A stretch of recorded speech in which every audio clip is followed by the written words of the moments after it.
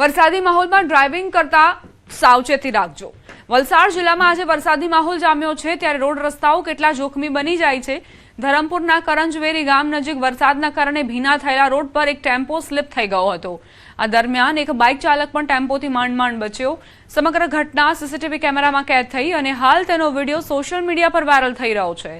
સદનસીબે કોઈ જાનહાનિ કે ઈજાના સમાચાર નથી। લોકોએ રાહતનો શ્વાસ લીધો।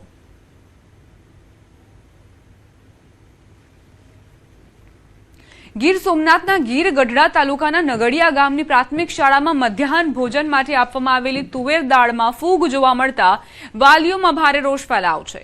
બાળકોના આરોગ્ય સાથે બેદરકારીના આક્ષેપો વચ્ચે વાલીઓ અને ગ્રામજનોએ મામલતદાર અને પુરવઠા વિભાગ સમક્ષ રજૂઆત કરી હતી।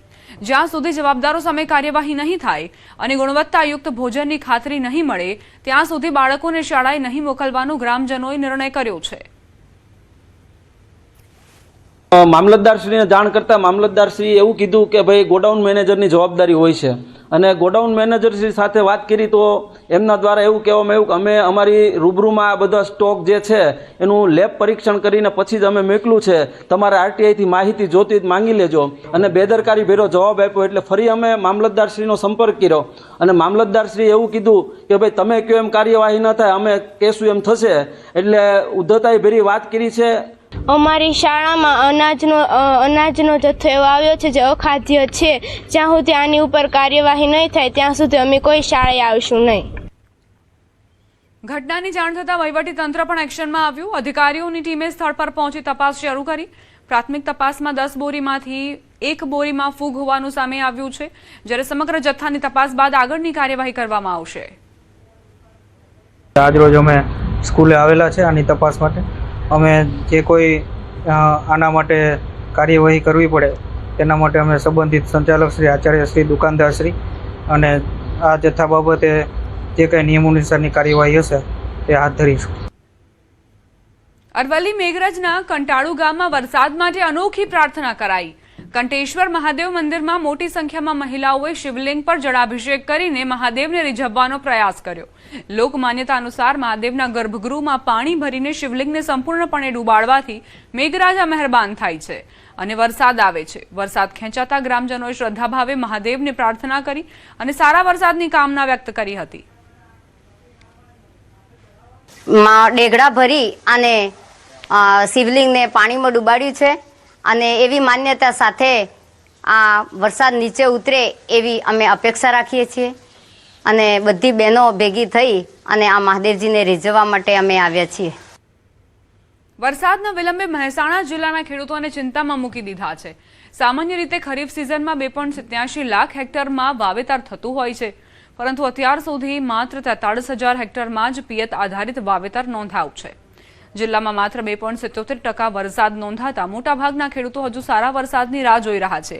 ખેતીવાડી વિભાગે આકસ્મિક પાક આયોજન જાહેર કરી ખેડૂતોને ટપક અને ફુવારા પિયત પદ્ધતિ અપનાવવા, પાણીનો કરકસરપૂર્વક ઉપયોગ કરવા અને વરસાદના સમય અનુસાર અડદ, ઘાસચારો તેમજ એરંડા જેવા વૈકલ્પિક પાકોનું વાવેતર કરવાની સલાહ આપી છે। અધિકારીઓએ ચેતવણી આપી છે કે વરસાદ વધુ મોડો પડશે તો પિયતનો ખર્ચ વધવાની સાથે પાકના ઉત્પાદન પર પણ માઠી અસર થઈ શકે છે। જોકે ખેડૂતોને હજુ પણ આગામી 10 થી 15 દિવસમાં સારા વરસાદની આશા છે, જેથી આ વર્ષની ખરીફ સિઝન બચી રહે। આવનાર સમયમાં વરસાદ લેટ થાય તેવા સમયે આકસ્મિક પાક આયોજનના ભાગરૂપે ખાસ કરીને જો વરસાદ સમયસર જુલાઈના 5મી સુધીમાં થઈ જાય તો અડદ અથવા તો ઘાસચારા જેવા પાકોનું વાવેતર કરવું જોઈએ અને લેટ વરસાદ થાય તેવા સમયે દિવેલા પાકોનું વાવેતર કરવું જોઈએ। સાહેબ અમારે કોઈ અત્યારે પાણીની વ્યવસ્થા સજ નહીં અમારે, બરાબર। જે મોટી કેનાલો હોય આગળ છે અને એની માઇનોર નથી, માઇનોર પાણી આવતું નહીં એટલે અમારા ખેડૂતોને અત્યારે સુધી કોઈ વાવવા લાયક વસ્તુ કોઈ વાવ્યું હતું, બીટી કપાસ એ બધું કશું વાવવાની કોઈ સગવડ નહીં। હજુ માઇનોર ચાલુ થઈ નહીં તો સરકારને એવી વિનંતી માઇનોર ચાલુ કરીને પાણી આલે તો કોઈ ખેડૂતો આવે। હાલ વરસાદ વગર તો બેહી જ રહીએ, કોઈ વાવેતર થયું નથી અત્યારે। એક વાર વરસાદ ખેંચાશે તો ખેડૂતની શું હાલત હશે? વરસાદ ખેંચાય તો વિકટ જ થાય ને સાહેબ। આ 15 દિવસમાં થાય તો હજુ બરોબર, બાકી તો પછી કોઈ મતલબ નહીં। છોટાઉદેપુર જિલ્લામાં વરસાદ ખેંચાતા જગતના તાતના ભારે માથે ચિંતાના વાદળ ઘેરાયા છે।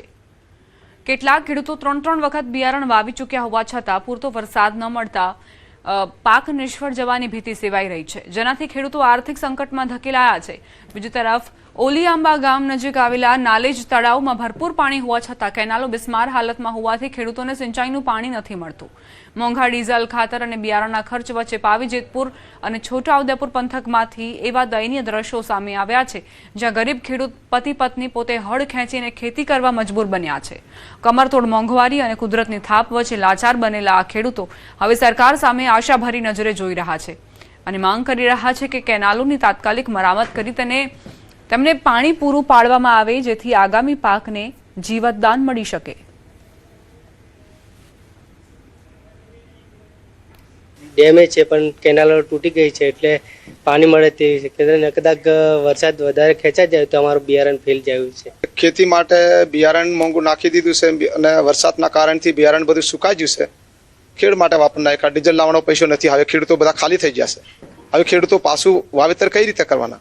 ખેડૂતોને આ પોતાના બળદો વેચી દેવું પડે છે, પોતે બળદ બનીને ખેતી કરો એવું પરિસ્થિતિ આવી થઈ ગઈ છે.